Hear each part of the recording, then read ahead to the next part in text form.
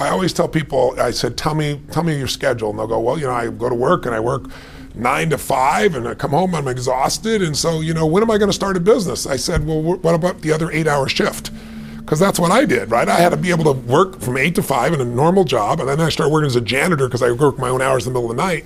But I worked 8 to 5 and literally I'd come home, I'd get a bite to eat, and then I'd start my work at 6 p.m., 6:30 p.m. And I go from 6:30 to 2 a.m. And I'd get another 7-8 hours in. And that's how I built everything in the beginning. That's honestly what's required.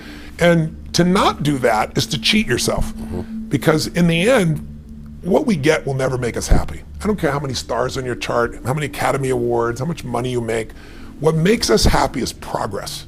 Progress equals happiness. If you're not growing, you're dying inside. If your relationship's not growing, it's dying. If your business is not growing, no business stays static. It's either growing or it's dying. If you're at that plateau, you're going down. You better do something right now. So the mindset has to be, this is the way I live going forward. I am a learning machine because we're living in a world where technology is changing things so quickly. I got to stay ahead. And that makes people fulfilled because you become more. You're not just doing something because you have to or because you're trying to keep up. In business, every one of your readers or viewership in this case should really ask themselves the question, who am I at my core?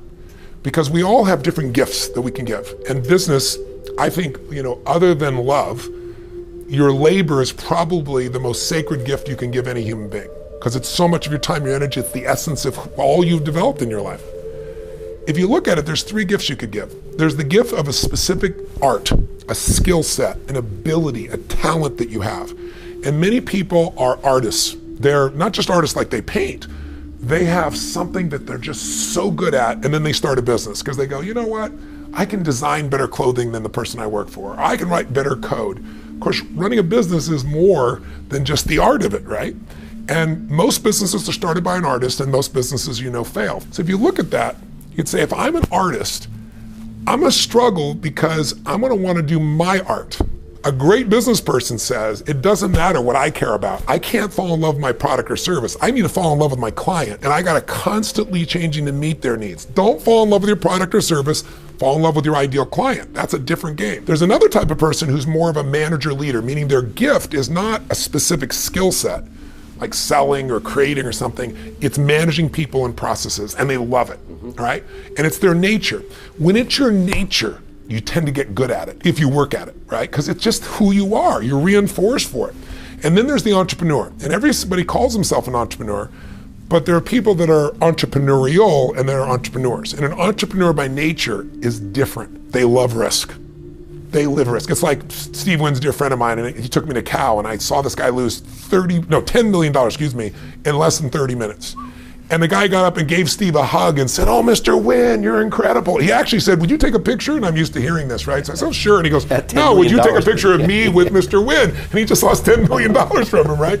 That guy's an entrepreneur, right? You lose $10 million, I'll just figure another way to earn it again, right? It's a different mindset.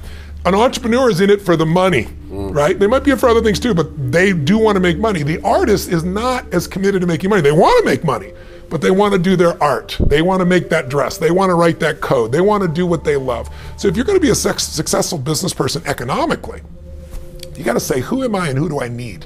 If I'm a great artist, I probably need a good manager leader as a partner, because they're going to help me build the organization, and I can still do the art that people love, and I'm going to just make sure my art is what they want, not just what I want. If I'm going to grow and scale, who am I?